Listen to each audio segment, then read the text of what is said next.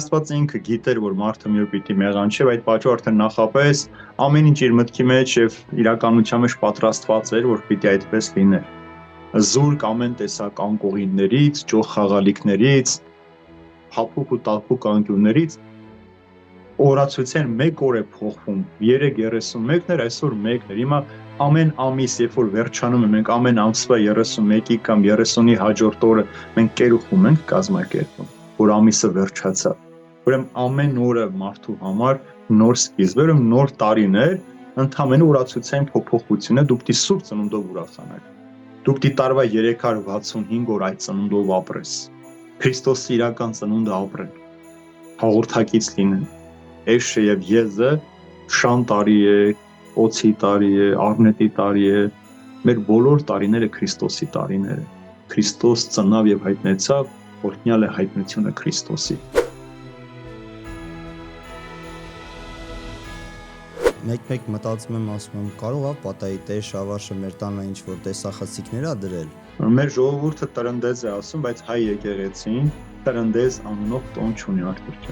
Մեր երկրում դառնթարաճի տոնին նորապսակներին տրնդեզ անելը, սա էլի խորհրդից հեռացնելն էր մարդկանց։ Աստվածամայրը եւ հայր Հոսեփը նույնպես շատ կարեւոր խորհուրդ ունեն քրիստոնյաների կյանքում։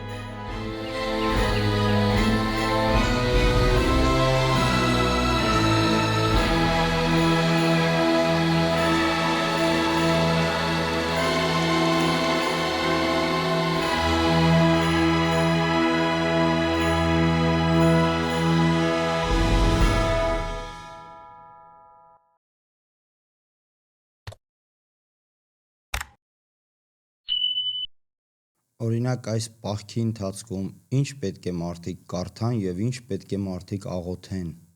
Արթուր ջան, նախ եկեղեցական օրացույցով կոչվում է ճաշու ընթերցվածներ կա, մանավանդ այսօր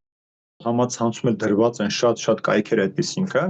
ամեն օրվա ընթերցանություն դու ինչ պիտի ընթերցես ամեն օր։ Այնպես որ կարող ես դու ամեն օր կարդալ այդ հրահանգներով, որտեղ եկեղեցին հունվար 1-ից մինչև դեկտեմբեր 31 ընթերցումներ ունի։ Եթե դու այդ օրացույցով կարդաս,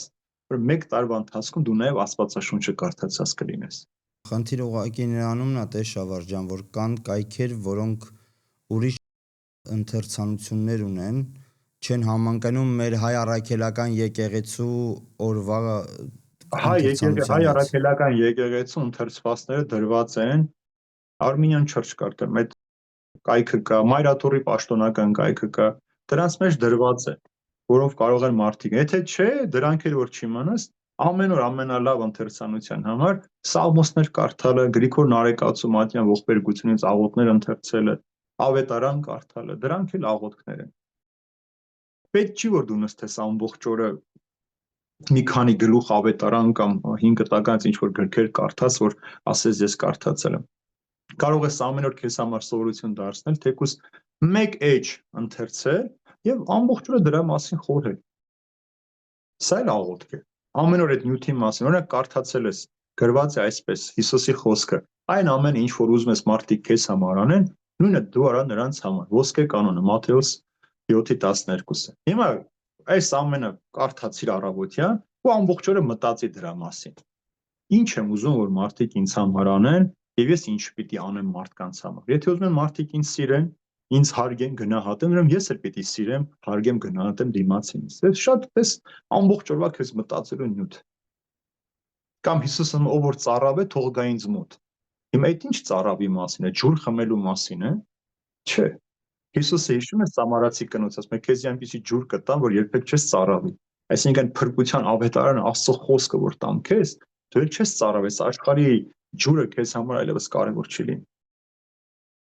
Դու քեզ համար դա ուղղակի պիտի որպես կարգապահություն քեզ համար մշակես, որովհետև եթե 1 օր դու չաղոթեցիր, 1 օր ծուլացար, 1 օր չընթերցեցիր, հետո կսի 2 օր, 3 օր, 10 օր, այ անցյալ օրը տղաներից մեկին ասում եմ, այսօրվա հոգեշախ խրատը լսեցիր, այդ պատմությունը քեզ համար էի պատմել,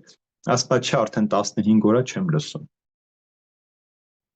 Արդեն 1 օր չի լսել, 3 օր չի լսել, 15 օր չի լսում։ Եվ այդպես սովորական է դառնում իր համար։ Այդ խրատները, որ ես լսում եմ, ճիշտն ասած մեկ մտածում եմ, ասում եմ, կարող է պատահի Տեր Շավարշը մեր տանը ինչ որ տեսախցիկներ ա դրել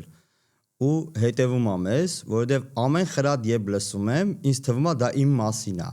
Չէ, Տեր Շավարշը նախ իր մասին է պատմում, Արթուր ջան։ Ես իմ մասին եմ պատմում։ Քարոզների մեջ էլ Կիրակնորիա Սուրբ գրքի ընթերցանության շատ մաս ես իմ մասին եմ պատմում։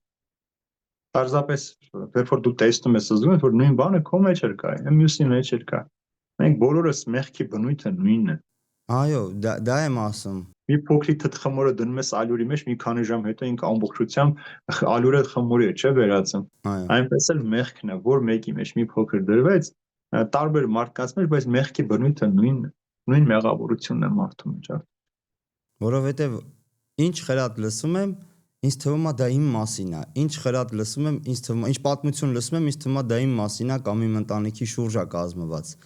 Ու դա շատ լավ ուսուցանում է մեզ համար, էլի։ Շատ լավ է։ Դա համար ես խորհուրդ կտամ, որպեսզի բոլորը միշտ լսեն, ամեն առավոտ լսեն։ Եթե առավոտյան չեն կարողանում լսեն, գոնե երեկոյան լսեն, բայց լսեն։ Չէ, իմ ասած ինչի մասին էր, Արթուր ջան, որ մարդ եթե մեկ օր Սուրբ Գիրք չի կարդում, մեկ օր չի աղոթում,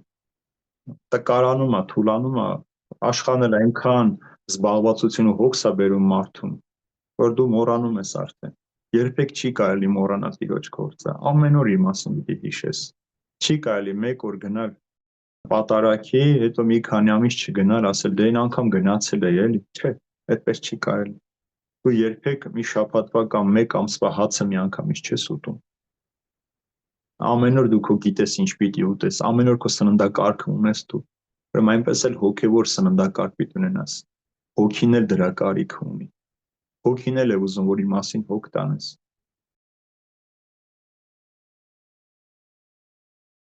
Հիսուս Քրիստոսի 40 օրեկան մանկան տաճարին ընծայվելու կարգն է, Փետրվար 14։ Հիսուսի տյառն ընթառաջ այդ տոնն է, որով Հիսուսին իր ծնողները տարան եւ ընծայեցին տաճարին։ Այսինքն ոնց որ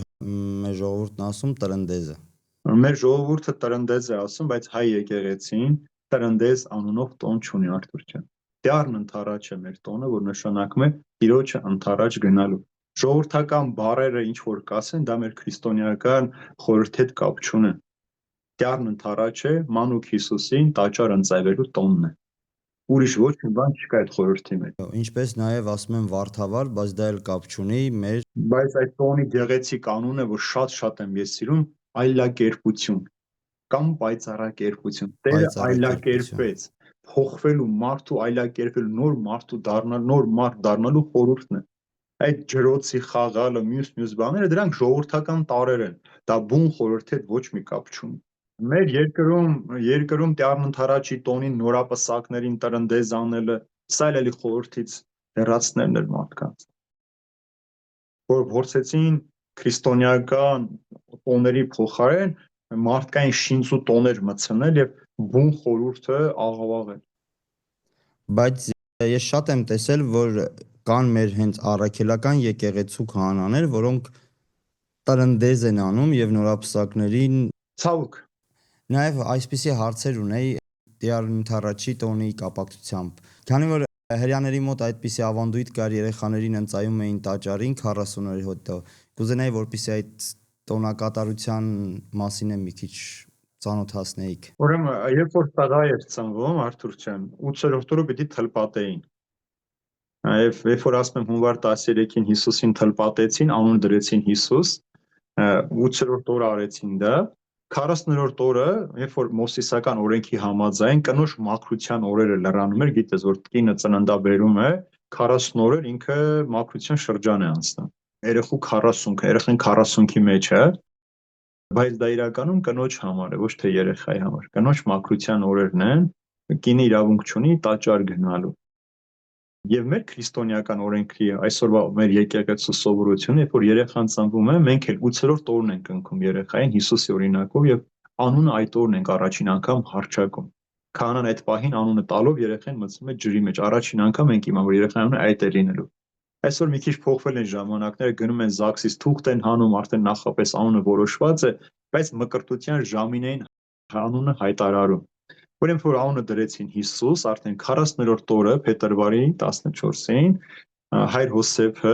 Ղուկասի ավետարանում այդ ամենը նկարագրած մե օրենքի համաձայն մանկանը Երուսաղեմ տարան Տիրոջն ընծայելու եւ օրենքի համաձայն պետք է զոհ մատուցեին աղավնու ձակ կամ երկու տատրակ կամ աղավնու երկու ձակ սա աղքատներին էր վերապահված եթե հարուստ էին գառնուկ էին զոհաբերում բայց քանի որ հայր Հոսեփն ու Աստվածամայր աղքատիկ կյանքով էին ապրում իրենք աղավնու երկու ձակ զոհաբերեցին եւ Սիմեոն ծերունին էր ապրում Երուսաղեմում որ Սուրբ Հոգին նրա հետ էր եւ վստահեցրել որ մինչեւ քո աչքերով չտեսնես Հույսից ծնվածին չես կարող ննջել ինչու էր Սիմեոն անուն այդպես հիշատակված մենք էլ ասում ենք երեխաներին մաղթում ենք չէ մեծանակ Սիմեոն ծերունի դառնաք ուրեմն Սիմեոնը թարգմանիչ էր Սուրբ գրքի գիտակ էր եւ ինքը այն 72 թարգմանիչների մեկն էր ովքեր Պտղոմեոս կայսր հրամանով եբրայեցերենից 5 տականը թարգմանեցին հունարենի ինքը թարգմանում էր Եսայու մարգարեությունը երբ որ կարդաց այդ տողերը գայթակղվեց ասես չի կարող կինը ու աղջիկը կույս աղջիկը հղիանալ զավակ ծնել եւ այդ իր թարգմանած տողերը ջնջեց երբ որ առավոտյան արթնացավ այդ տողերը գրված էին արդեն ոսկեգույն ոսկետար եւ հրեշտակն ասում է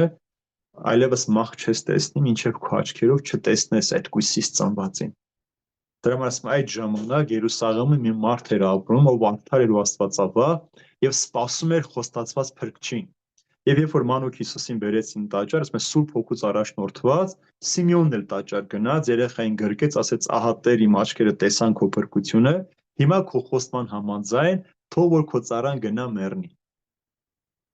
ուրեմն այս օրինակն էլ այդտեղից է գալիս հիմա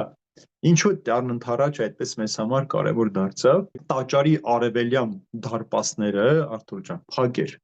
եւ Եզեկիելի մարգարեությամբ այդ դուռը պետք է փակ մնա այնքան ժամանակ մինչեւ այդ դռնով չմտնի Իսրայելի փրկիչը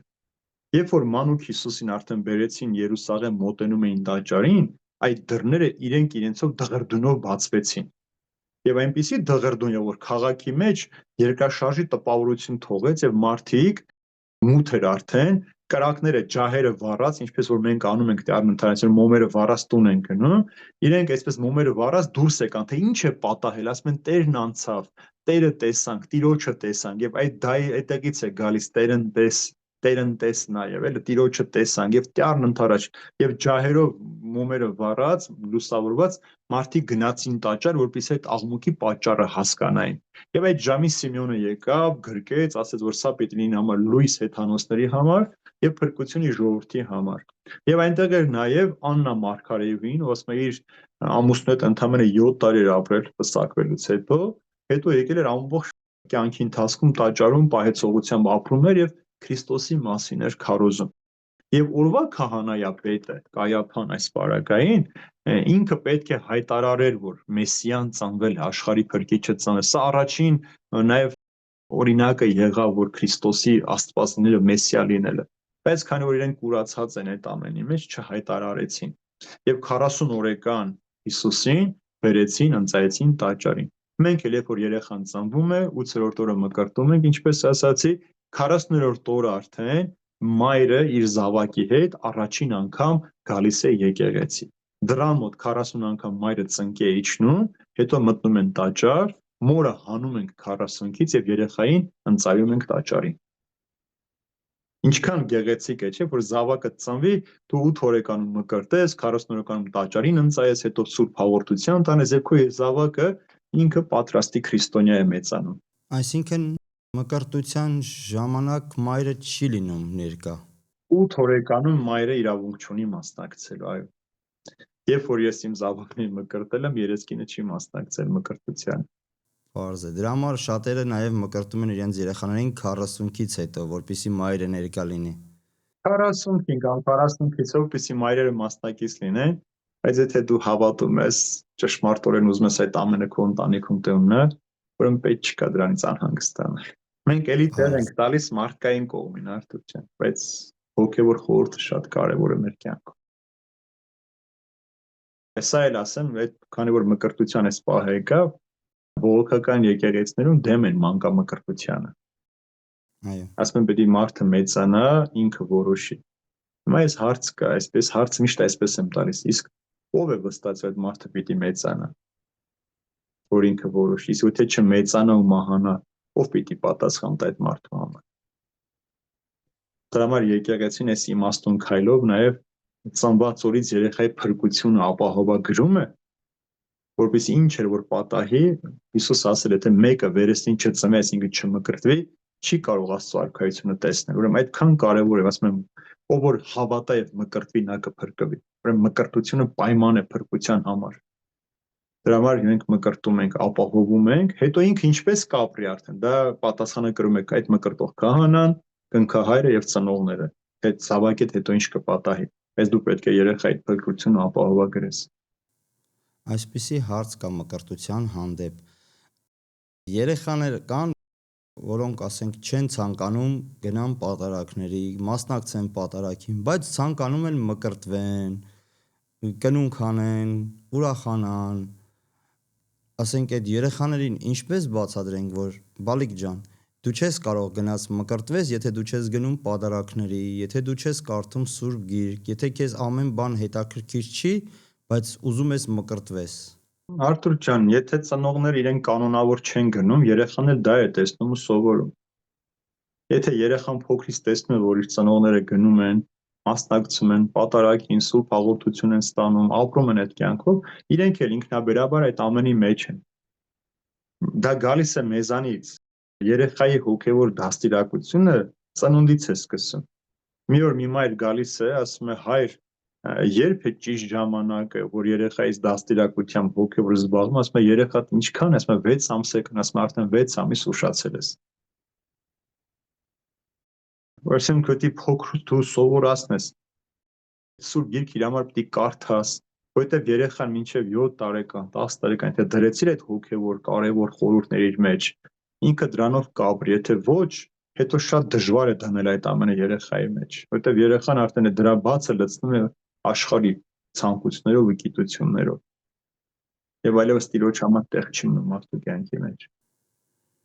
Դա ցավալին նա է, որ կան ծնողներ, որոնք հենց գնում են եկեղեցի, բայց իրենց երեխաները չեն գնում իրենց հետ։ Այո, շատ կան այդպիսիներ, Արթուր ջան, բայց դրա հետ մեկտեղ պիտի տեսնես ինչու։ Եթե ստիպողաբար տանես որևէ մեկին, եթե որևէ մեկին գալիս է քո հետ, քո հոգևոր կյանքը տեսնում է, հետո տան ուրիշ բան է տեսնում, դա էլ գայթակղության պատճառ է։ Չէ, ուղղակի ասում են, որ մեզ այնտեղ հետաքրքիր չի։ Հետաքրքրությունը դու պետք է մտցնես, որտեղ երեխան առանց խորհուրդը հասկանալու, այո, հետաքրքիր չէ, օրինակ գրափարով պատարագը, եթե բառերը չես հասկանում, ձանձրալի է, չէ՞։ Մարդու մեծի համար էլ է ձանձր, եթե մարդը չի հասկանում, այդ որ դու գիտես ինչ է այնտեղ կատարվում, դե նախ իրեն բացատրես, սովորես։ Հիմա առաջին անգամ մարդը, որ այսօրվա երեխան վերցնես Աբրահամը ծնեց Իսահակին, կասի Աբրահամը ո՞նց ծնեց Իսահակին, տղեն ո՞նց կարա ծնի Իսահակին։ Չէ, այսօրվա լեզվամարդ, չէ, պարզ բառ եմ ասում։ Այսինքն Աբրահամը ծնունդ տվեց Իսահակին, իրեն բացատրեց, որ այսինքն հորով են հաշվում, դրա համար Աբրահամ Իսահակի հայրն էր այսպես, որ մարդը հասկանա։ Նույնն էլ պատարագի խորհուրդն է, իրեն պիտի բացատրես, որ մարդը հասկանա, սիրի, առանց հասկանալու դու չես կարող։ Որևէ տեղ որ դու գնում ես, օրինակ, հիմա եթե ես գամ Բելգիա, ձեզ մոտ, դուք սկսեք ֆրանսերեն խոսել, ես չհասկանամ, ինձ համար դժվար կլինի, չէ՞, այդ միջավայրում։ Դե մեկի հետ հայերեն խոսի, որ ես ուզենամ մնամ այդտեղ։ Ես ձեզ հետ կխոսեմ, դուք մենակ եկեք։ Ուրեմն եկեղեցում էլ ուրեմն պիտի երեխայի հետ մեկ իր հասկանալի լեզվով խոսի։ Օրինակ, մկրտության པարզ օրինակը բերեմ քեզ։ Ինչ եմ ասում երեխաներին, ասում երեխան որտեղից է ծնվում, ասում են դե մամայի փորիկից է, չէ՞ ծնվում, ասում եմ, ահա, պարզ է, չէ՞ որ մամայի փորիկից դուրս եկանք աշխարհ։ Այսինքն եկեղեցին էլ մեր մեծ մայրն է։ Այս մկրտության ավազան էլ եկեղեցու փորիկն է, արգանն է։ Այստեղից դու պիտի ծնվես երկրորդ անգամ ջրից եւ անուշահոտ մեռոնից, Սուրբ Հյուղից պիտի ծնվես։ Եթե այնտեղ որպես մարմին ես ծնվում, այսօր քո երկրորդ ծնունդ, արդեն հոգևոր ծնունդ, այս օրը էլ կհիշես, քո ծնողներին կասես, որ միշտ հիշես, որ դու ասենք օրինակ հունվար 6-ին ես ծնվել, քո երկրորդ ծննդյան օրն է։ Եվ երեխան միանգամից ընկածում, սա էլ եկեղեցու փորիկն է։ Պետք է բացատրես, իրեն հասկանալ լեզվով խոսես, որպես երեխան վար հետարքիր, ասում տես հիմա ջուրը օրհնում ենք, որպես ինքը սովորական ջրից փոխի դառնա բուժիչ ջուր։ Հիմա յուղը օրհնում ենք, լցնում ենք ջրի մեջ, որպես այս ջուրը մաքրվի բոլոր տեսակի բծերից, իրանք հիվանդություններից, տարատեսակ բաներից, որ դու մաքուր մտնես մեջը եւ սրբված, մաքրված դուրս գաս այդտեղից։ Երեխան ընկալում է միանգամից։ Հետո երբ որ մերոնով քսում ես ճակատին կամ աշկին, ասում եմ օրինակ սա դնում եմ քո աչքերի վրա, որպես դու մեղքի պատճառով հոգուտ մահը չտեսնես։ Այսա դնում եմ քո շուրթերի վրա, որպեսզի քո բերանը անեծքի, նզովքի, բամբասանքի, հայոյանքի համար չբացես եւ Տիրոջ ներկայությունից չզրկվես։ Այսինքն Տիր հետ խոսես, պետք է բացատրես, որ սիրեց ու սիրելու է։ Եթե չսիրես, չի կարող։ Ուրեմն այս ամենը պետք է հոգ տանես, այսինքն Աստծո խոսքն էլ պետք է կերակրես սիրել։ Միայն ասել այսօր Կիրակիա պիտի գնանք, այսօր Կիրակիա պիտի գնանք եկեղեցի, կասի դե լավ էլի, մեծի համար էլ չէ դժվար ամեն Կիրակի նույն ժամի գնալ նույն բանը տեսնել։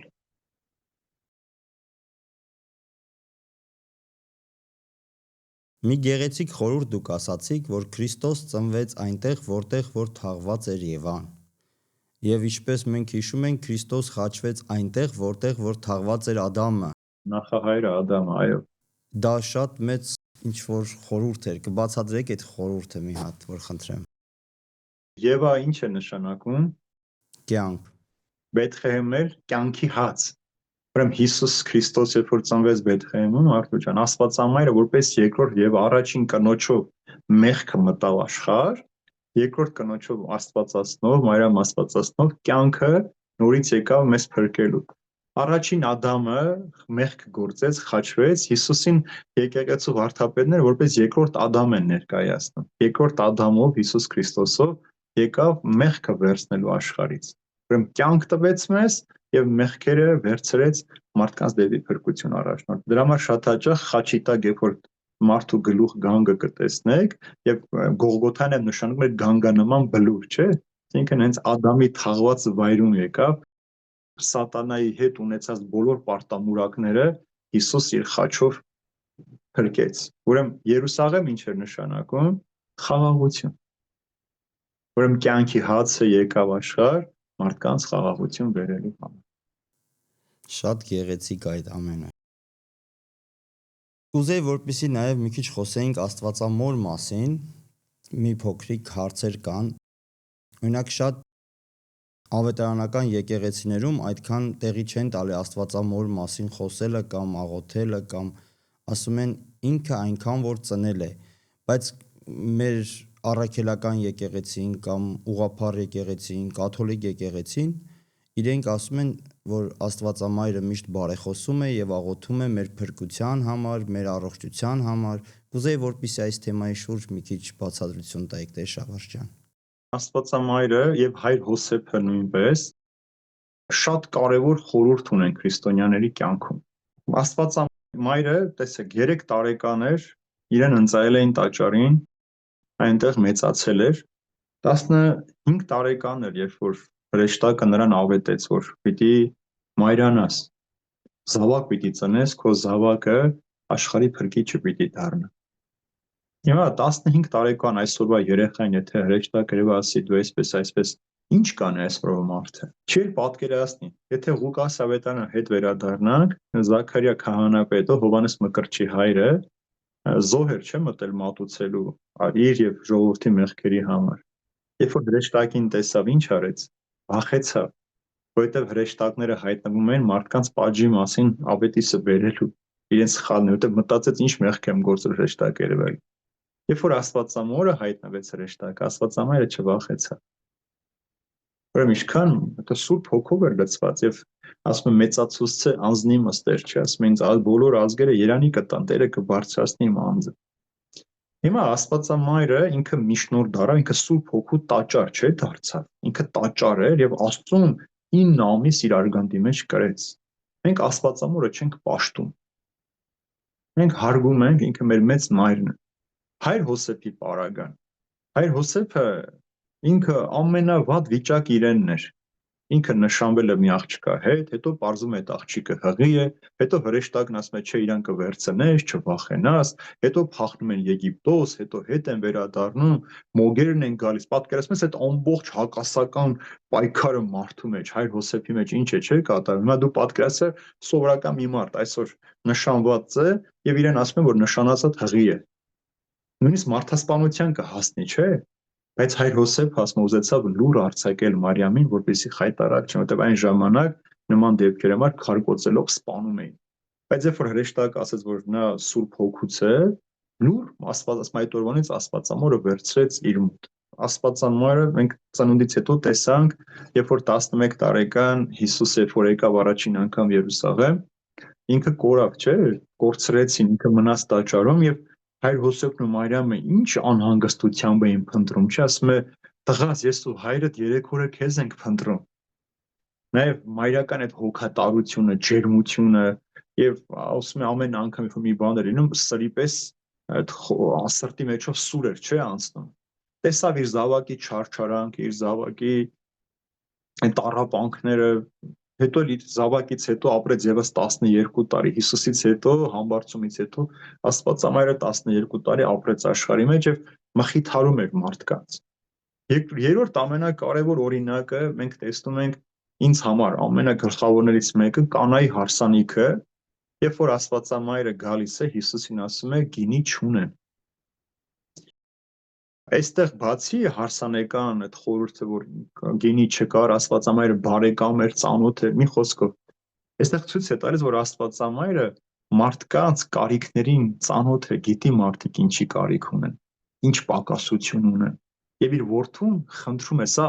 ամենամեծ բարեխոսությունն է Աստվածամոր իր որդու առջև, թեև ինքը բնությամբ իր զավակն էր, բայց նաև իր արարիչն էր, չէ՞, ինքը իր զավակին որպես Աստված դիմեց։ Երբ որ Հիսուս ասում է մայր մեզ ինչ, չէ, ասում է որ չունեն, ինչի էս բան անում։ Հովան Ոսկեբերյան հայրապետը շատ գեղեցիկ բնութագրում ունի, ասում է մայր, ասում է բոլորը դու գիտես, որ ես Աստված եմ, բայց այս հարսանքավոր ժողովուրդը չգիտեն, թող իրեն գան խնդրեն։ Ոնց որ Հիսուսի խոսքը այդպես է, որ բայց ինչ է ասում Աստվածամայրը, շրջվում է, ասում է ինչ որ ասի կանեք։ Եվ մեծագույն պատգամն է տալիս մեզ Աստվածամայրը, որ որդիս ձեր փրկիչը, իմ արարիչը, ինչ որ ասի, արեք։ Ուրեմն եթե այսքան Աստվածամայրը մեր կյանքի պետքերին հաղորդակից է, ինքը գիտի մեր կարիքները, իր զավակին ներկայացնում է, ինչու մենք չենք կարող Աստվածամոր հանդեպ հարգանք ունենալ։ Ինչի պետք է իր հանդեպ արհամարանքով լցված լինել։ Աստծուն է ծաննել Աստվածամայրը, Արթուր ջան։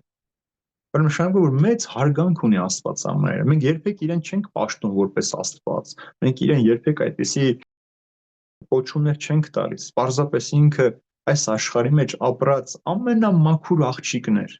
Աշխարհում ավելի շատ գեղեցիկ աղջիկներ կային հարուստ, թագավորական ընտանիքներից, բայց Աստված ընտրել է նրան, որովհետև ամենախոնարհն էր աշխարհի մեջ եւ նրա պատասխանից էր կախված Հիսուսի ծնունդը։ Աստվածամայրը չհամաձայնվեր, Հիսուս աշխարհ չէր գալու։ Ինչ է ասում։ Ահավասիկ մնում եմ Տիրոջ աղախինը։ Վերջ։ Այս մեկ պատասխանով Աստվածամայրը թույլ տվեց, որ Աստված գա այս աշխարհ, աշխարհի փրկիչը գա այս աշխարհ։ Երբ որ Հիսուսին արդեն համբարձվել էր, Աստվածամայրը 12 տարի աղոթում էր առաքյալների, քրիստոնյաների հետ եւ բոլորին մխիթարում էր։ Նույնիսկ շարունակում էր իր ծառայությունը։ Ուրեմն ինչի համար, բացի Աստվածամոր, նաև մյուս սուրբերի բարեխոսությունը խնդրելը, մենք կարող ենք խնդրել։ Մինչև այսօր այդ խնդիրը որ կա, մարդիկ բարեխոսության ու միջնորդի տարբերությունը չեն հասկանում։ Մեր փրկիչը, մեր միջնորդը Հիսուս Քրիստոսն ինքն է Աստծո առաջ։ Մենք բարեխոսում ենք Հիսուսին եւ դրա մասին կարծեմ խոսել ենք մի անգամ միջնորդության բարեխոսության տարբերությունը։ Երբ որ ես գալիս եմ ասում Արթուր ջան, խնդրում եմ, այսինչ բանը կփոխանցես գորին, դու միանգամից անում ես, բայց որ խնդրեմ կանես, դա արդեն քո հայեցողությամբ է, կանես թե չես անում, հասկացանք միջնորդության բարեխոսության տարբերությունը։ Ուրեմն մենք խնդրում ենք Հիսուսին, որ Հիսուս ներկայացնի միջնորդություն անի Աստծո առջև։ Դրա մեջ վատ բան ես չեմ տեսնում։ Իմ համար մյուս գեղեցիկ օրինակ է, որ Աբրահամը օտար երկրում էր, թագավորը որոշեց Սարայի հետ ամուսնանալ եւ թագավորին Աստվածը զգուշացրեց, թե ինչ արեցիր, խոսում էր Աստված ուղիղ խոսում էր այդ թագավորի հետ, ասում է, բայց գնա իմ ծառա Աբրահամին ասա, թող քեզ համար, քո ընտանիքի համար ինձ աղոթի, որպեսզի քո ընտանիքը չոչնչացնեմ։ Աստված ուղիղ խոսում էր մարդու հետ։ Գիտեր որ այս մարդը անում է, ասում է, բայց դու գնա Աբրահամին ասա, թող քեզ համար աղոթի ինձ։ Սուրբ առաքյալները, Աստվածամայրը, մարգարեները, հայրապետները, ճգնավորները, ովքեր որ Քրիստոսով ապրել են այս ամբողջ կյանքում, երկրավոր կյանքի մեջ, ինչու չեն կարող երկնքում մեզ համար խնդրել։ Կարող են խնդրել։ Դրա համար մենք խնդրում ենք իրենց։ Եվ Աստվածամայրը նաև ընտանիքի պահպանման խորհրդանիշն է։ Ամուր ընտանիքի հայր Հոսեփը կատարյալ հոր օրինակ է մեզ համար։ Կատարյալ հոր օրինակ է հայր Հոսեփը մեզ համար։ Ինչպես իր զավակին դաստիարակել, մեծացնել, հոգ տանել, ինչպես պահպանել, ինչպես փախան Եգիպտոս, այդ ամբողջը տկնություն ու աշխատանք է, հոգնություն է պահանջում, բայց հայր Հոսեփը առանց տրտնջալու այդ ամեն արել է։ Դրա համար մենք կոչում ենք սուրբ ընտանիք, այսինքն ընտանիքի մոդելը հայր Հոսեփը, Աստվածամայրը, Հիսուսն էլ իբրև զավակ ցույց են տվել մեզ ինչպիսին պիտի լինի ընտանիքը։ Դրա համար Աստվածամայրը մեզ համար շատ կարևոր տեղ ունի եւ մենք միշտ մեր եկեղեցիներն էլ առաքելական, կաթոլիկ, ուղղափառ, ավանդական բոլոր եկեղեցիների խորաններին միշտ Աստվածամայրն է մանուկ Հիսուսը պատկերված, այսինքն այդ խորանը միշտ նվիրված է Աստծուն, ինչպես որ Աստվածամայրը ծնեց Հիսուսին տվեց մեզ, այնպես էլ խորանը Աստվածամոր օրինակով այնտեղից ենք ստանում, չէ՞ կյանքի հացը, սուրբ հաղորդություն ենք ստանում, արդեն հաց եւ գինու տեսքով Քրիստոսի մարմին այրուն ենք ճաշակում այդ խորանից։ Ամենավառ օրինակներից մեկը Արտուր եւ Աստվածամոր աղոթասացությունը միշտ աղոթում էր, միշտ աղոթքի մեջ էր, օրենքներն էր պահում։ Կատարյալ օրինակ է քրիստոնյայի։ Դե միակ անձնավորությունն էր, որ Տերը գտավ, որ պետքա Քրիստոս ծնվի այդ կնոջից։ Ասեցի, արդեն իր պատասխանից էր կախված Աստված կգա թե չի գա։ Ես անձնապես, եթե նկարները տեսնում ես երբեմն, որ հաղորդումները ձայնագրում եմ, շատ Աստվածամոր պատկերներ կան։ Ես շատ եմ սիրում Աստվածամոր ներկայություն իմ կյանքի մեջ։ Ես ինքը մեծ մայրն է, բոլորիս մայրն ենք, եթե ինքը մեր Տիրոջ մայրն է եւ մի օրինակ է, չէ, երբ որ գնում է Եղիսաբեթին այցելության Աստվածամայրը, Եղիսաբեթին ինչ ասում է, որտեղ ինձ այսքան պատի, որ իմ Տիրոջ մայրը եկավ ինձ մոտ։ Տիրամայր այդտեղից է գալիս, Տիրոջ մայր, եւ դրա համար այսքանի հիշեցի ես Տիրոջ մայրը, երբ որ ասեցի, երբ որ մարդիկ այսօր հայերը հատկապես հայոյում են, ասում են քո Տիրոջ մերը, սա Աստվածամոր դեմ է, հայոյանք ուղղված։ Տիրոջ մայրը Աստվածամայրն է։ Այդ հայոյանքը սովետական շրջանում որ մտցվեց մարդկանց կենցաղ քո Տիրոջ մերը, դա Աստվածամոր դեմ է ուղղված այդ հայ։ Տեսեք ինչ չարը, ինչ ձև է եկել, որ Աստվածամորը հայոյենք, մարդու վրա բարգանց մենք քո Տիրոջ մերը, այսինքն Տիրոջ մերովը, մեր Տերովը Հիսուս Քրիստոս նրա մայրովը, մայրը Աստվածածին։ Ուրեմն շատ զգուշ թող լինեն մարդիկ այս հայոյանքը իրեն շուրթերից հանեն։ Սովետական շրջանում այդ 70 տարիների ընթացքում շատ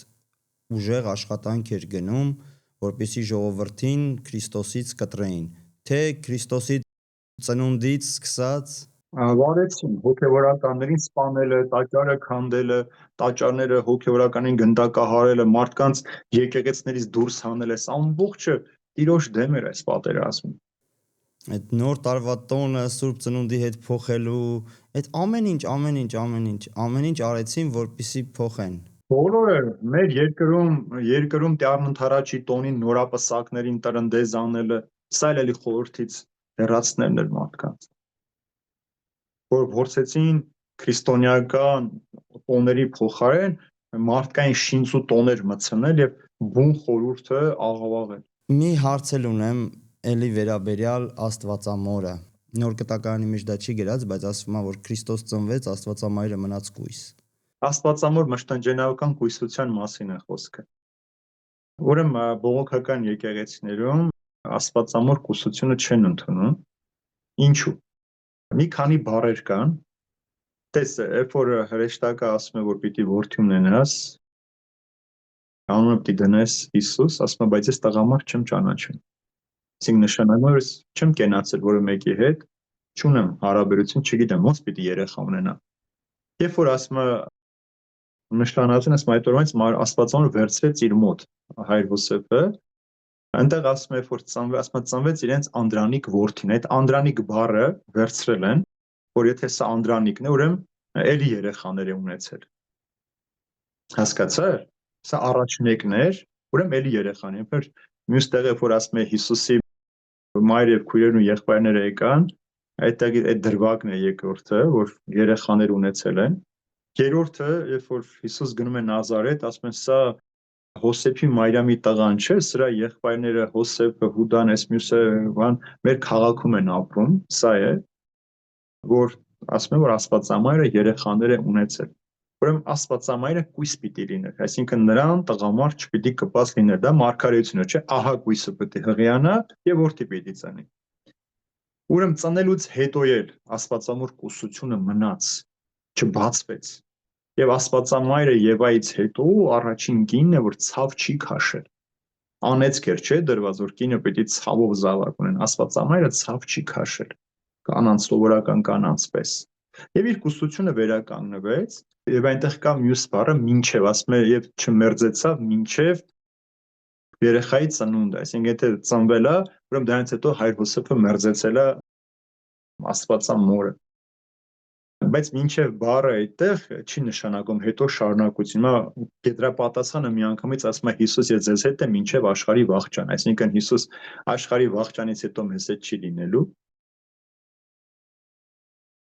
Ուրեմն բառեր կան, որ կամ Անդրանիկ կարող ես իմ Անդրանիկն առաջնեկը ծնես, ու հետո էլի երեխա չունենաս, չէ՞։ Հնարավոր է։ Մարդը երեխա ունեցավ առաջնեկը եւ հետո չունեցավ։ Դա չի նշանակում, որ ուրեմն Անդրանիկը հիշեցնում է, որ պիտի էլի երեխաներ անպայման ծնվեին։ Ամբողջ 5 տակարանը խոսում է Աստվածամոր կուսության մասին։ Հստակ է այդ ամեն ինչը։ Պարզապես որ չես ուզում ընդունես, հակառակվելու լիքը տեղեր կարող ես գտնել։ Իսկ ինձ համար ամենամեծ պատասխանը այդ ամենի, որ Աստվածամայրը կուսության մնացել է, Հիսուսի վերջին խոսքերն են խաչի վրա, ասում է Հովհաննես Ավետարանչին, ահա քո մայրը, ահա քո որդին։ Եվ այդ օրվանից Հովհաննեսը Մարիամին վերցրեց իր մոտ։ Եթե Աստվածամայրը երեխաներ էր ունեցել, ուրեմն ինչքան վատ մայր պետք է լիներ, որ իր մորը Հիսուս հանձներ իր աշակերտին, ոչ թե իր քույրերին ու եղբայրներին։ Սա ամենամեծ վկայությունն է, որ Աստվածամայրը զավակներ չուներ։ Հովհաննես Ավետարանչը վերցրեց իր մոտ, ինքը հոգ տարավ մինչև Աստվածամոր երկինք տեղափոխվել է։ Ինքը հավիտենական կույս է, մեջբերումները շատ կան Սուրբ գրքի մեջ, որ ինքը պիտի մնար կույս, ուսությամբ ծներ, այսօր էլ գիտությունը ապացուցել է, որ մարդը կարա կույս լինելով հանդերձ զավակ ունենալ։ Դա էլ կարող է լինել։ Կաթոլիկ եկեղեցու վարդապետները գրել էին, քանի որ Մարիամ Աստվածածինը առաջի կինը չէր Հովսեփի, հնարավոր է, որ նա երեխաներ է ունեցել իր առաջին կնոջից։ Այդ ավանդությունները կան, Արթուր ջան, այդ ժամանակ հայր Հոսեփը 40 տարեկան էր, երբ որ նշանվեց Աստվածամոր հետ։ Հիմա, եթե առաջին կինը մահացել էր, եթե վերցնենք այդ տարբերակը, հայր Հոսեփը երեխաներ, բայց որ Աստվածամայրը հայր Հոսեփը մանուկ Հիսուսը փախան Եգիպտոս, բա Հոսեփ այդ երեխաներն ում մոտ թողեց։ Այո, չեն եղել։ Մեր եկեղեցին ընդունում է այդ ավանդությունը, որ հայր Հոսեփը կուսության պահված էր Աստվածամոր համար։ Եվ հետո պատասխանները, տես, մենք ունենք Հակոբոս Տյառն եղբայրը, չէ՞, որ ասում են Տիրոջ եղբայր, այսինքն ասում են Հիսուսի եղբայրն է, Հուդա առաքյալի նամակը, որ կա Հուդան էլ, նրանք երբ հավատացին Հիսուսին հարությունից հետո։ Հիմա Արթուր ջան, բայց որ նայում ենք յուղաբեր կանանց դրվագը, երբ որ առավոտյան յուղաբեր կանայք գնում են գերեզման, Հիսուսի մարմինը յուղով ոտելու խնկարկել, ասում է ով թվարկում է, չէ, ասում է Հոսեփի եւ Հուդայի մայրը, ինքը առանձին շեշտում է, որ սրանք Աստվածամոր զավակները չեն։ Մենք էլ մեր հորեղբոր տղային, հորաքրոջ, մորաքրոջ, քերորդու զավակն ասում ենք մեր եղբայրն է, չէ։ Ուրեմն այնպես էր այն ժամանակ էր, նրանք Հիսուսի Կղոպասի որդիներն են, զավակներն են։ Հայր Հոսեփի եղբոր զավակներն են նրանք եղել։ Հայր Հոսեփը երեխաներ չի ունեցել։ Նաև Կաթոլիկները ունեն այսպիսի պատմություն, ես չգիտեմ արդյոք մեր առաքելական եկեղեցին ունի այդպիսի պատմություն թե ոչ, որ երբ Մարիամ Աստվածածինը ծննդաբերում է, այնտեղ ներկա են լինում երկու կանայք, որոնց Հոսեփը բերած է լինում ծնունդ ընդունելու, մեկը լինում է տարիքով մեծ կին, մյուսը լինում է ջահել աղջիկ, ինչ որ երիտասարդ աղջիկ, ու այդ ընթացքում երբ Քրիստոս Սողոմեն էր, Հակոբոս եւ Հովանես Արաքյանների մայրը, այդ ավանդությունը այդ կա, այո, որ ինքն է եղել Հիսուսի ծնունդ ընդունողը, որ հայր Հոսեփի աղջիկն է եղել իբր։ Այդ ավանդությունը կա, մեր եկեղեցին չկա այդ ավանդությունը։ բայց ասում է, որ այդ երիտասարդ աղջիկը ծնունդից հետո ասում է, որ Մարիամ Աստվածածինը կույս էր ծնունդից առաջ եւ կույսացավ նույնպես եւ այդ տարիքով կինը չի հավատում եւ ասում է ես քեզ ցույց կտամ որ այդպես բան չի կարա լինի որ ծնունդից հետո կինը կույս լինի եթե իրոք կույսել եղել է ծնունդից առաջ բայց հնարավոր չի որ կույս լինի եւ փորձում է իր ձեռքով ցույց տալ եւ այդ պահին այդ կնոջ ձեռքը քարանում է դառնում է քար հետո երբ արդեն հավատում է որ հրաշք կա գործել եւ հրաշք կա տեղի ունեցել իր ձեռքը նորից վերակաղնվում է ես չգիտեմ դա մեր եկեղեցին ունի այդ պատմությունը Նույն թե մեր եկեղեցում չկա այդ ավանդությունը նույն ձևով խաչված ավազակի պարագան կա երբ որ Եգիպտոս են փախնում կաթոլիկ եկեղեցում այդ գեղեցիկ ավանդությունը մեր մոտ չկա ասում է երբ որ գնում են Եգիպտոս ավազակների ձեռք ընկան ուզեցին թալանեն սպանել երբ որ ավազակներից մեկը բարուրը բացում է Հիսուսի դեմքը տեսնում է թույլ չի տալիս որ սպանեն ասում է մանուկ ես քեզ փրկեցի դու որ մեծանաս ինձ կփրկես եւ ասում է խաչի վրա փրկված ավազակը այդ ավազակն է որ տարին առաջ Հիսուսին եւ իր ընտանիքին չէր սպանել Աստվածամոր պարագային երբ որ Աստվածամայրը ննջեց Արթուր ջան երբ որ մարմինը տանում էին գերեզման Գեթսեմանի պարտեզում թաղելու գիտես հрьяաները չէին ընդունում ինչեւ էր իր կյանքի ընթացքում 12 տարին ընթում միշտ հալածում էին Աստվածամորը եւ ասում են մեղք է հանկարծ նրան չասեք Աստվածածին ինքը մարդածին է ինքը Աստված չի կարող ծնել եւ այդ օրը քահանաներից մեկը գալիս է որ Աստվածամոր մարմինը տանող պատգարակը շուրջ է որ բռնում է պատգարակը երկու ձեռքերը կտրվում են եւ Պետրոս Սարաքյալը բուժում է եւ այդ մարդը հետագայում քահանա է դառնում եւ քրիստոնյա է դառնում հասանք մեր այս հաղորդման վերջին կուզեի որպեսի ձեր գեղեցիկ մաղթանքով վերջացնեինք մեր այս գեղեցիկ հաղորդաշարը Շնորհակալություն Արթուր ջան նախ ուզեմ մեր հավատավոր քույրերին եղբայրներին բոլոր նրանք ովքեր որ կլսեն Քրիստոսի իրական ծնունդը ապրեն հաղորդակից լինեն ես կուզեմ որ այդ ամենից առաջ Հիսուս ներկա լինի իրենց ընտանիքներում այդ սեղանի շուրջ Հիսուս նստած լինի Երկրորդ կուզեմ որ մարդիկ երբեք չասեն շան տարի է, օցի տարի է, արնետի տարի է, մեր բոլոր տարիները Քրիստոսի տարիներ են։ Մենք Քրիստոսի տարում ենք ապրում։ Երբ որ դուք վերագրում եք այս տարիներին այս անունները, դրանով էլ մերժում եք Հիսուսի ծնունդի կարևորությունը ձեր կյանքի մեջ։ Միշտ Հիսուսի տարով ապրեք։ Եվ վերջապես այս ծնունդը թող ուղղակի նշելու առիթ չլինի։ Այս անգամ էլ նշեցինք ու անցանք։ Շատ կարևոր է հոբելյարի հետ միշտ ապրել, ինչպես որ հաղորդման մեջ ասացի, կարևոր չի օրերը, որորն ենք տոն, ծնունդը մենք տոնում, այլ կարևորը թե այդ ամբողջ տարվա մեջ ինչքան ենք իր հետ ապրելու։ Եվ երբ որ Հիսուս ծնվեց, հեռու աշխարհի կարևոր մարդկանց աչքերից հեռավոր մի անկյունում, որ նրա ծննդյան վկան անբան անասուններն ու կենդանիները եղան, այդպես էլ ամեն օր կարող է Հիսուս մեր կյանքի մեջ ծնվել ու մենք չտեսնենք։ Եվ նշանակում է, որ Քրիստոս երեք, այսօր, վաղը նույնն է եւ հավիտյան նույնը պիտի լինի։ Ուզեմ որ այդ ծննդյան խորհուրդը իրականում ապրեք, ուրախանաք այդ ծնունդով, ոչ թե որ Հիսուս ծնվել է, մենք լսել ենք այդ մասին, այլ մենք իբրև քրիստոնյաներ ծնունդ տանք Հիսուսին։ Հիսուս ուզում է մեր միջոցով ծնվել, մեր միջոցով գալ այս աշխարհ եւ երբ որ մենք կարողանանք մեր սրտի մի անկյունում այդ Բեթլեհեմյան փոքրիկ մսուրը զարդարել, ինչպես այսօր սովոր են, չէ, բոլոր քաղաքներում, գյուղերում, եկեղեցիների բակերում ծննդյան մսուր են պատկերում, դրա փոխարեն այդ մեր սրտի մեջ այդ իրական մսուրը լինի եւ այդ կյանքի հացը մեր մեջից դուրս գա եւ մարդիկ փոփոխություն են այս կյանքի մեջ։ Առանց Հիսուս Քրիստոսի այս կյանքը չի կարող մեզ համար խաղաղություն բերել։ Եվ հրեշտակների ավետիսը փառք Աստծուն բարձունքներում։ Հիսուսի ծնունդը գալիս է հիշեցնելու մարդուն, որ փառքը Աստծունն է։ Պողոս առաքյալը մի խոսք ունի, ասում է մարդիկ իրարից փառք են առնում, Աստծո փառքը մոռացված։ Այսօր մենք ձգտում ենք մարդկանց փառքին, բայց փառքը Աստծուն է պատկանում։ Երկրորդը հաշտություն մարդկանց միջև։ Եթե մարդը մարդու հետ չհաշտվի, մարդը երբեք չի կարող Աստծո հետ հաշտ լինել։ Եթե մարդը Աստծո հետ չհաշտվի,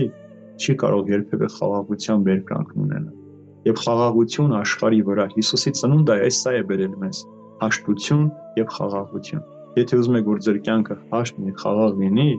ուրախացեք այդ ծնունդով, որտեղ որ իրար տեսնեք այդ 8 օրերի ընթացքում, մի ամաչեք իրար ասելու Քրիստոս ծնավ եւ հայտնեցավ, օրհնյալ է հայտնությունը Քրիստոսի։ Սա պարզապես խոսքեր չասեք, սա իրական մաղթանք իրար փոխանցեք եւ թող մարդիկ այդ մաղթանքով ապրեն, զորանան եւ խաղաղությունը սիրո մեջ ապրեն։ Շնորհակալություն Տեր Շավարժ ջան, շնորհակալ ենք, որ այս գեղեցիկ խոսքերով ավարտեցիք, այս գեղեցիկ մաղթանքներով։ Շնորհակալ եմ նաև ձեզ շատ, որ ժամանակ տրամադրեցիք այս սուղ պահին այս նկարահանումը կատարելու։ Շատ գոհ ենք եւ շնորհակալ ենք ձեզ ամեն բանի համար։ Աստված պահապան Արթուր ջան, ես եմ շնորհակալ, որ ամեն անգամ առիթ ենք ունենում ոչ թե զանգելու, հարցնելու ինչպես ենք, ոնց ենք, ինչ ենք անում, այլ մեր ժամանակ օգտագործում ենք Տիրոջ մասին խոսելով, Տիրոջով ուրախանալու։ Այդպես երբ որ Աստվածամոր մասին խոսեցի, դու հուզվեցիր։ Ինչու? Որովհետև այդպեսին պիտի լինի քրիստոնյան, որ ամեն մի խոսք, ամեն մի բառը մեր մեջ հոգու թրթիռ պիտի առաջացնի։ Ես ինքս ամեն Կիրակ, երբ որ գնում եմ պատարակ մատուցելու, ես առաջին ու վերջին անգամած զգացում եմ այդ պատարակը մալ, որտեղ ես չգիտեմ հաջորդ Կիրակի կլինեմ թե չէ։ Երբ որ դու ամեն անգամ պատրաստում ես այս հանդիպմանը, որ սա քո վերջինը կարող է լինել, կամ դու առաջին անգամով ես մոտենում, դու ինքդ ես պատրաստվում եւ նաեւ պատրաստում ես նրանց, ովքեր որ գալիս են։ Պարզապես հաց ու գինու չճաշակել, Տիրոջ ներկայությունը զգալու։ Եվ երգում ենք, չէ, ճաշակեցեք եւ տեսեք, թե ինչքան քաղցր է Տերը։ Այս քաղցրությունը Տիրոջով ենք մենք ապրում։ Մենք ես ու դու իրար ֆիզիկապես չենք տեսել։ Հիմա շատ մարդիկ հազարներ որ մեզ պիտի դիտեն, մենք էլ իրար չենք տեսել։ Այստես մենք հավաքվում ենք Աստծո խոսքի շուրջ։ Հիսուսն է մեզ հավաքում։ Եվ մենք իրար չենք ճանաչում, բայց արդեն հարազատացած ենք։ Իրար արդեն կարծես գիտենք, իրար ճանաչում ենք, իրարով ապրում ենք, իրար համար աղոթում ենք։ Երբ որ տեսնում ենք մարդկանց մեկնաբանությունները, վայ, այս ինչ լավ էր, ինչքան լավ էր, իմ մասին էր, վայ, ինչքան բան փոխվեց իմ մեջ, նշանակում է, որ այս մեր փոքրիկ աշխատանքը, գործը, որ մեզ համար փոքր է, Աստված մեծ է համարում եւ այդ մեծ գործը դնում է մարդկանց կյանքերի մեջ։ Դրա համար Հիսուս մեր աշխարհի երբ պիտի որ այս ավետարանը աշխարհի բոլոր անկյուններում քարոզվի։ Ուրեմն սա է միջոցը մեզ համար։ Մարդկանց սրտերի, մարդկանց տների մեջ մտնելու եւ Աստծո խոսքով մարդկանց կյանքը փոխելու։ Թող Տեր օրհնի քեզ Արթուր ջան, եւ բոլոր այն մարդկանց, ովքեր կտեսնեն, կլսեն եւ աղոթենք իրար համար։ Մեկ բառ թեկուս, որ ասենք Տեր, հիշիր բոլոր քեզ հավատացողներին, սա արդեն բավական է։ Որտեղ մենք իրար համար պիտի աղոթենք, որպեսզի մեր աղոթները ավելի զորավոր լինեն։ Քրիստոս ծնավ եւ հայտնեցավ, օրհնյալ է հայտնությունը Քրիստոսի։